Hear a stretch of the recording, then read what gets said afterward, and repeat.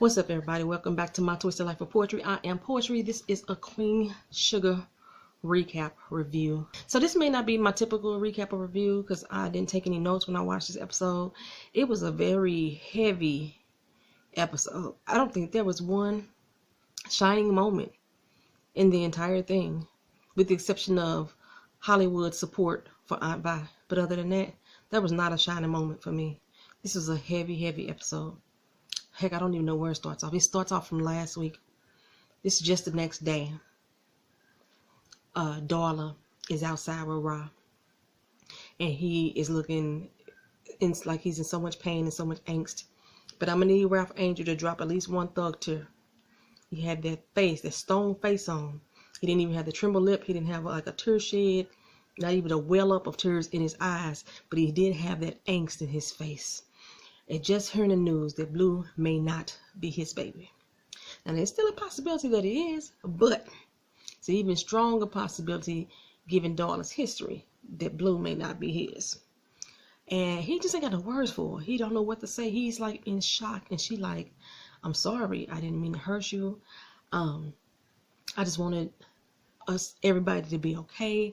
I just wanted to be with you. I'm sorry. So she's apologized, and he's just like, he can't absorb it because the pain is blocking whatever words that she's saying. When she said the Blue may not be yours, that was it. Any other sound that came after that was blocked out of Ralph Angel's head. So he gets in his truck and he starts to drive off. He's slowly driving away, and he's looking at her like, I can't even see you right now type of look. And she had the tremble lip and the cry. Bianca had it going on. I'm like, go ahead on, girl, act, girl. But she watched him drive away, and the heart just felt heavy. I think I'm gonna like just move forward with their storylines. Let's keep going like that. He's just driving. Ralph is driving. So Darla calls him up on the phone. And it was just ringing, and she's like praying, Ralph, please pick up. And when he finally picks up, she don't know what to say either. Like, first it's like a long pregnant pause of silence that they had between the two of them. And then Darla say, just say something, say anything, say you hate me, scream at me, call me a name, do whatever, just say something. Just don't leave it silence between us, is what she was feeling. I mean, she was begging, she was pleading, and he was holding the phone and just driving, not really going anywhere, but going away from her. That's pretty much what it was. And when she finally said, just Ralph Angel, just come home. He like, what home? I'm like, boo, that's your home. She don't live there. I mean, well, she do live there now because you moved her in, but that's your home. Y'all ain't even married yet. Like, for real, but okay, I feel you. He like, come home, come where? Because you ain't my home no more. You know what I used to see home in you. That ain't that no more. So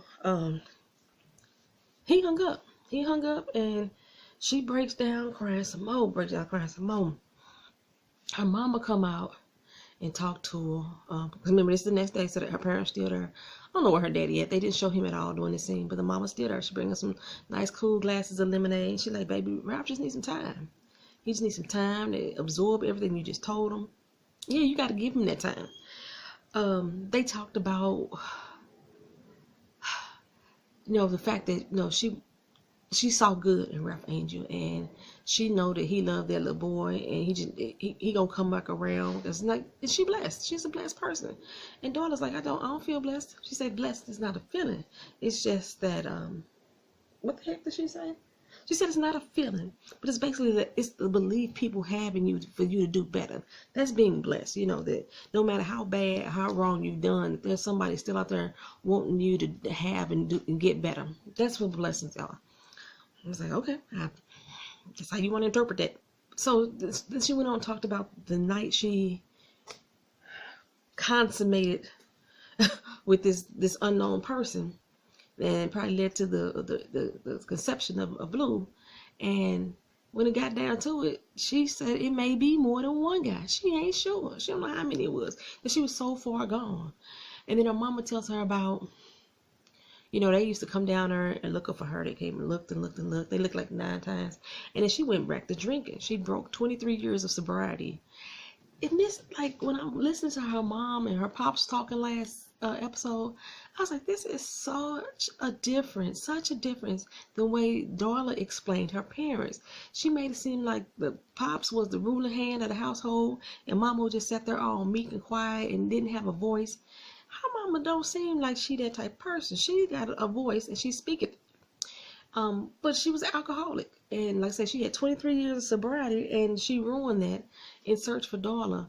And I guess that's what she meant when she said her daddy took the worst of it. He done got a daughter out here on drugs. His wife is a doggone alcoholic, and the circles that he ran in, you know, he had to keep all that on the low. But she basically tell Darla, look her, just give Ralph Angel the space and time that he needs. And when she meant space and time, she said, bring your butt on back to D.C. Come on home. And Darla's like, well, no, I'm not going to take Blue away from the only family that he know. And she was like, well, he our family too. He needs to know us as well. I was like, wait a minute, really, Ma? Is that what's going on here? She wants Darla to pack up her bags and come on back home with them and just leave Blue alone. I mean, leave Ra alone for right now until he come back to himself. I was like, that's not a good plan. That don't sound like a good thing to me. Okay, so Nova is getting rid of her black pearls that Dr. Joe bought her. She meeting up with her old boy. I think his name was Riz. No, it was Red, like R-I-D, Red. She meeting up with him, the dude that she used to sell weed to. He ain't been around since Sweet's time, right? And he like, oh, this the real deal here. You finna really give these up? She's like, yeah. He said, you know what? I'm gonna let my boy know you be back for him in a week. She said, no. It's time for me to move on. It's time to move on. Let it go. Bye-bye, Dr. Joe. Peace. Deuces. I'm up out of here. So it was somebody that I guess was having a hard time financially.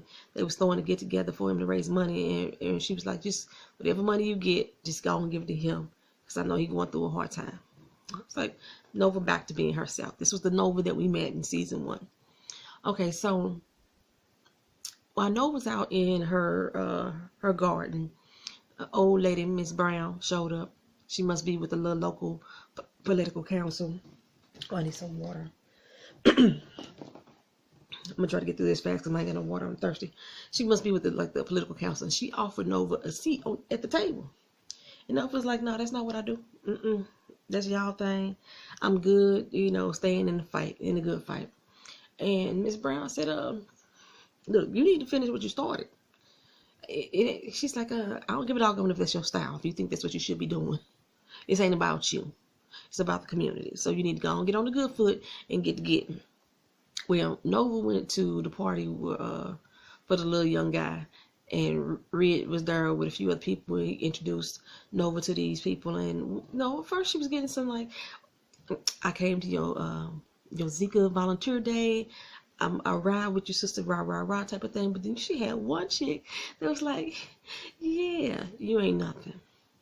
You got her scaring our folk. It turned out that, you ain't even in the fight for real. You sitting at a table making decisions for us instead of being in the community. People like that get on my doggone nerves too. There's levels. There's levels to it. People at the table, people in the fight, and some people can cross borders. Nova has the ability to cross borders, step on both sides of the fence. She could be out there in the fight, or she could be at the table making decisions. Either way. But this girl just like really tore her a new butthole that I was just not here for. Yeah, I wasn't here for it at all. That's pretty much, I think, everything that was going on with Miss Nova. So we go to Aunt Vi. Aunt Vi come in with her medications in her bag, and out pop Wood. Got a little fresh plate of a nice little sandwich made for her.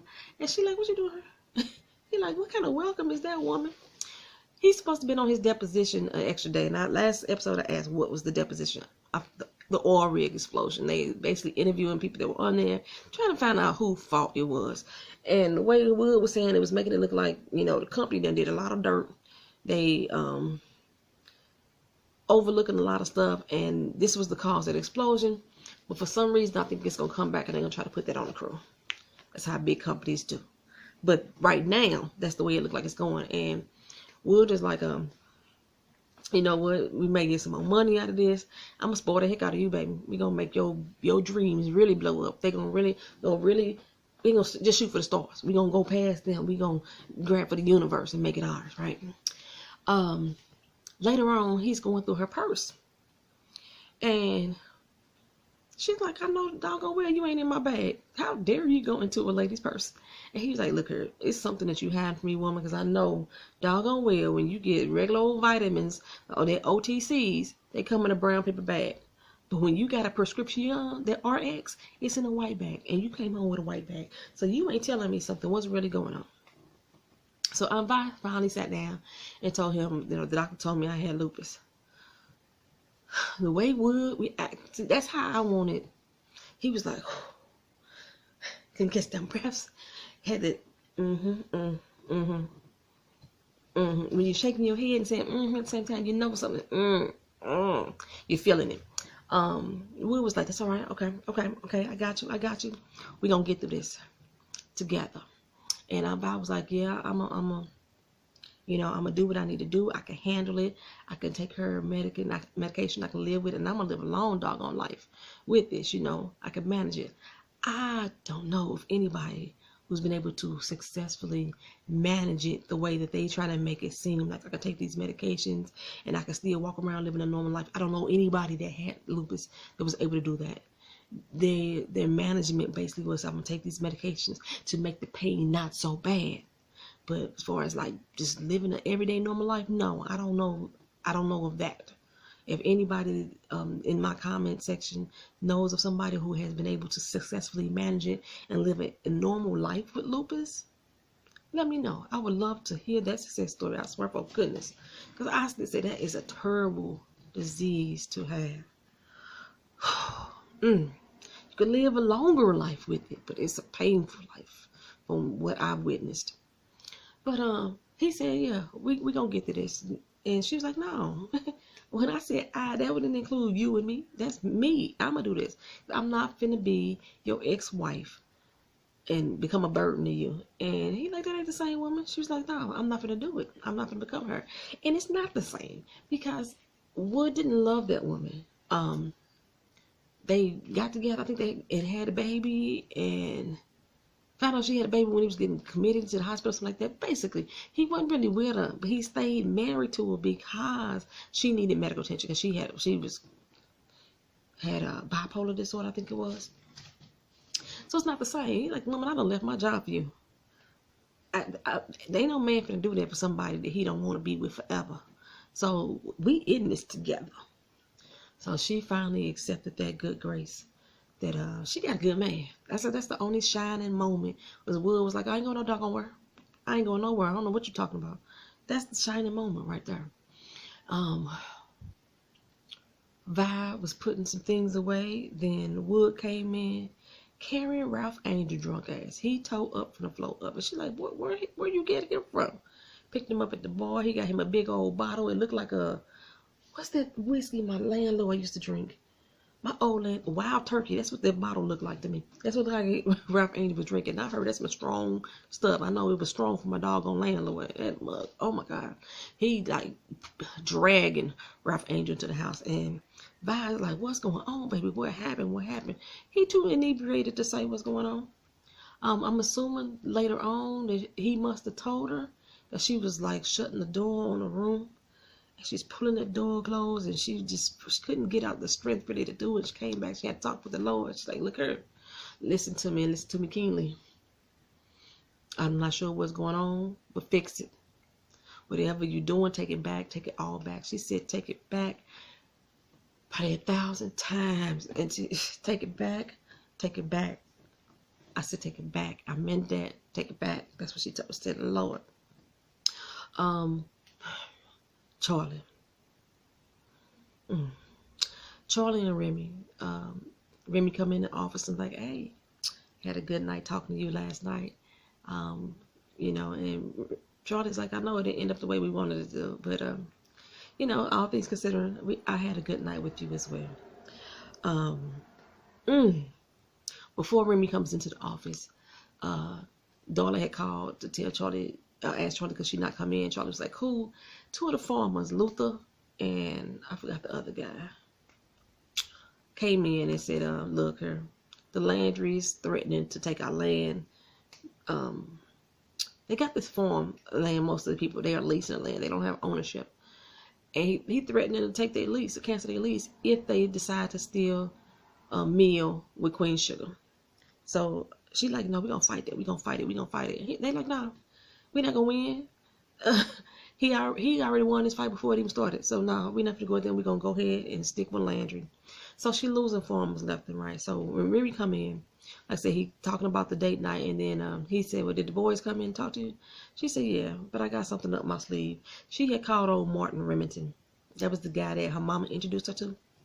She called him up, and they set up an arrangement for him to come through and you know, see what she do around in the Queen Sugar Mill. Remy was like, so you finna try to poach a Landry from a Landry? And she was like, she was like, she didn't say nothing, but her face said it all, like, yeah, that's what I'm about to do. And then Remy's expression changed, like, I told you Remy wasn't gonna be happy about that, but I think Remy's not happy about that for other reasons, because he was like, I hope you know what you're doing. And she was like, yeah, I know what I'm doing. And the way he made the comment, though, was like, the way your mind thinking, because remember he told her that she wasn't no good or something like that. Her daddy thinks she was a snake or something. It was some real harsh words he said to her about her caliber of a person. And he's like, I know what type of person you are, and I know that you basically do anything you need to do. And I'm like, what you trying to say, Remy? What you trying to say? I told y'all I don't like Remy. Y'all cheer for him. I don't like Remy. What's the word I want to say? Insecure as a mofo. He is insecure. Anywho, Martin stops on by, and he's sitting down and chatting with Charlie. He want to get a little drink, you know, and he tried to take the meeting a little from the business side to a little more personal thing, because you see, he liked Charlie. He liked her. And Charlie picked up on it. She's like, right. She said, let me just go around here and show you what this meal is all about. So she going around and she walking him through the production and everything. He liked what he heard, and he said, you know what, I would like to take you out to dinner. She said, to discuss over the terms of the contract. He was like, no, but like a date. Remember, Charlie say, I'm seeing someone. He said, is it serious? I mean, you just got divorced. That's what Poetry has been saying too. You just got divorced. Why are you so serious with Remy already? That's why I understand the little begging situation when she was begging him to be with her. That still gets under my damn nerves every time I think about it. And he said, I ain't trying to judge, but Poetry is judging. It's too soon for you to be so serious with Remy Lot, or Remuel is what she called him. And he said, well, if it's gonna take me telling you that we're gonna discuss this contract to get you to go out to dinner with me, then that's what we're gonna do. So I'm assuming that she agreed, because then later on, she's sitting up at the crib with a whole basket full of different fine liqueurs and some malts and all that good stuff. I just learned what a single malt was on my Star Trek video. Somebody hit me to that. But she got a big old basket there. Remy coming in like, it's an expensive ass liquor. What you have to do for that, pretty much is what he was saying. And like I said, I just didn't like the turn of that conversation. She was like, you seem like you were a little jealous. And at first she was thinking like that was kind of cute. You're a little jealous. But no, it's not cute. Ain't nothing cute. His insecure ass. I don't know. I just felt weird about that whole situation. He's so fucking judging. And he just... Do you trust me or not, bro? Whatever. I don't like Remy. So, we going to Michael. Micah is walking around his school, and they got this big display of some old Confederate general up, and his sword is up, and the map of the slavery and all its history. And he's like, he had never noticed it before, but now, you know, Micah is more aware. He woke. He more aware, and he called over his little homie, and it's like, hey, you don't see no problem with this? You claim to be as woke as I am. You don't see no problem with this? Dude was like, look, I just see if we try to erase the Confederate history, that we won't see how far we come. I understand that philosophy as well. The whole Confederate monument thing, for us Turner down, for me personally, I don't have a footing in it, really. I understand wholeheartedly why people want to tear them down. And they are a constant reminder, or they are seemingly as a celebration of one of the worst moments in our lives as Black people, as a race of people. So I understand it, but that's not a fight that I'm on. But Mike is like, we need to do something about this, okay? And his boy's like, do what? What is the alternative? What do you propose? And he didn't have an answer at that time, but he's sitting down in the diner with Kiki, and they're supposed to be studying. Kiki like, look, what's up? What's on your mind? So he telling like that whole general thing is really bugging me. So she said, well, do something about it then. You know, it's people tearing down monuments all over the United States right now. They didn't come down by themselves. Somebody had to actually do something. Well, do something. He was like, well, you know, I'm at a private school and they had the right to do what they want. She's like, look, her, that's because they got money. Don't mean that they have the right to do what the heck they want. I like Kiki. I really like Kiki. So she tell him, look, make some noise then. Act a fool. That's what you need to do. Well, he's back at the house and he's looking at some live footage of the monuments being torn down left and right. Charlie walks up and was like, okay, what's up with this? And so she said, oh, the monuments come down. She said that giving in to that whole idea of, I guess, the monuments and what they stand for is giving in to your fear. And she just wasn't about that. She was about moving forward, love, life, and pain. Love light, you know, getting rid of the pain and all that stuff. And he's like, you done got soft. She was like, I know this is like a serious topic, and being down here in the South is a quick reminder. He's like, when I see that, I see blood. I see the blood of my people. I see the hate. I see the racism. And as a Black man, for my mom, for my dad, for my Uncle Ra, you know, we have to live. It's stupid for us not to live in fear. I don't agree with that either. I mean, I understand, but I'm like, stop fucking fearing these bitch ass motherfuckers. That's what our problem is now. They want you to be scared. They got you on the run, and that's what we doing. We so scared. We have no belief in ourselves that we could be strong. So yeah, we scared of every fucking thing. Oh, stop being scared of every damn thing, people. Just anyway. Charlie turned the conversation from